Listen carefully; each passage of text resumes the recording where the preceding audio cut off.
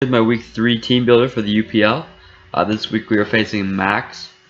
I've never played him, never really seen him play in any league battles, but from what I've heard around the league, he's a pretty strong battler, so I'm expecting a very good match. And his team is just disgusting. He has him on.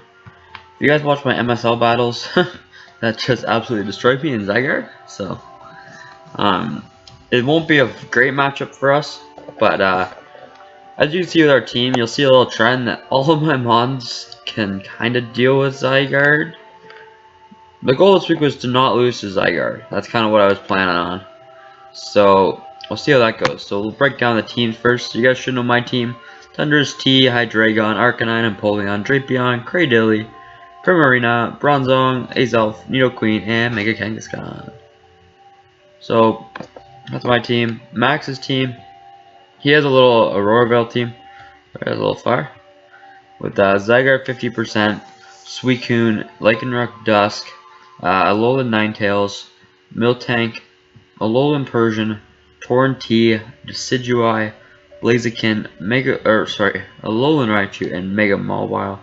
So biggest threats by far are Zygarde and Mega Mawile. Torn can be an issue.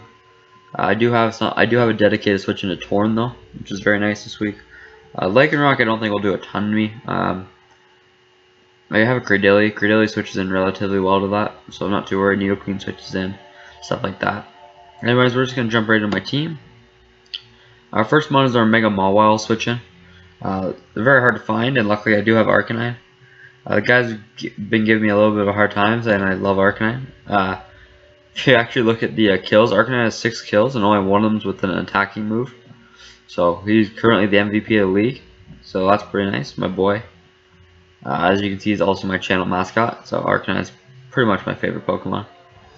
Yeah, so this week we're rocking Will-O-Wisp, I'm winning some Flamethrower, and we have Roar there for a Suicune, so that we're not set up fodder for Suicune. Because Suicune can be an issue with like Calm Mind, Ice Beam, Scald, Rest with a Chesto Berry, something like that could be very annoying. So we have Roar to make sure that we're not set up fodder. Our next mon, yeah, then we're just running max HP, max defense, standard intimidate defensive Arcanine set. I've got Mega Kang. We are outspeeding. What are we outspeeding? We are outspeeding Blaziken. Yes, that's what we're outspeeding. We're outspeeding Blaziken. We're running max HP this week, as I want this to be able to take a hit from Zygarde. We have we have the max amount of attack that we can get, and still have the speed. And then we have 4 in defense. I don't know. I had 4 extra EVs, and might as well throw them in defense, as I kind of want to be able to take 1,000 arrows from Zygarde. So, Ice Punch is pretty simple. Hit Zygarde.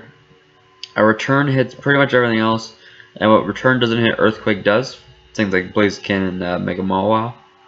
And then Wish is there just to regain HP if I know he's going to switch, or if he's going to like use some Death Fodder or something. So that's my Mega Kang this week. Our next one is a Shukaberry Nidoqueen with Ice Beam Earth Power. With that coverage, I believe we hit almost everything. We hit everything at least for neutral, so nothing can really switch in great. And then we're running T-Spikes and Rocks. T-Spikes are very nice. He doesn't have the greatest defog. I believe he only has Decidueye, and maybe Torn now. I think Torn now gets defog. But Toxic Spikes and Stealth Rocks, like, let's just look through his team. Yeah, the only removal I see is Torn T and Decidueye. I don't think Blaziken gets defog. You never know this gen. I haven't really looked into every mon that gets defog. I think they all do. So, yeah, so he doesn't have great removal, so we're gonna run a little bit of stacking. Like a T-Spike just to wear down would be very nice on most members of his team. Next we have Cradily, which can switch into Zygarde, take a hit, and hit it with HPAs. And we can get off the Toxic if T-Spikes aren't up and his mons aren't already toxic. And then we just have Recover, Giga Drain.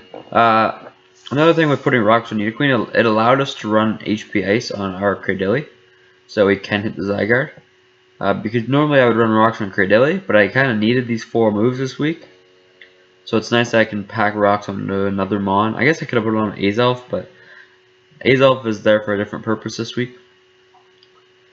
Yeah, so we're just running max defense, max HP. Pretty much all my mons are set to take something from Zygarde. So that's kind of the plan this week, is to not lose to Zygarde. Our next mon is our Tornadus switch in. So Assault Vest, Thunderous T. I just make sure we don't lose like a Specs Hurricane or something. So we're running HP Ice for Zygarde, Dual Electric, and then we're running Flash Cannon for the Ninetales. So in case Ninetales comes, I'm probably going to lead off with Azelf for Thunderous. Thunderous, I think he might go for Blizzard. I can live it, and then I can kill it with a Flash Cannon.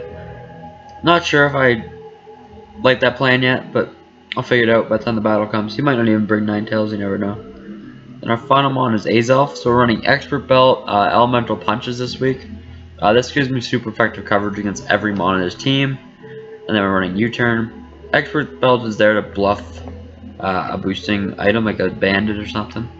Like I could be like Banded with not a lot of attack, and it would do the same with Expert Belt with max attack. So, and then it's beating Alola Ninetales. Pretty simple. All my mons. Hopefully we beat Zygarde. Hopefully it just doesn't bring Zygarde. That'd just be great. Hopefully it brings like 3 or 6 NU mons and we pick up an easy win. But I'm guessing he'll bring a pretty strong team. Anyways, I will see you guys at the battle tomorrow. Peace.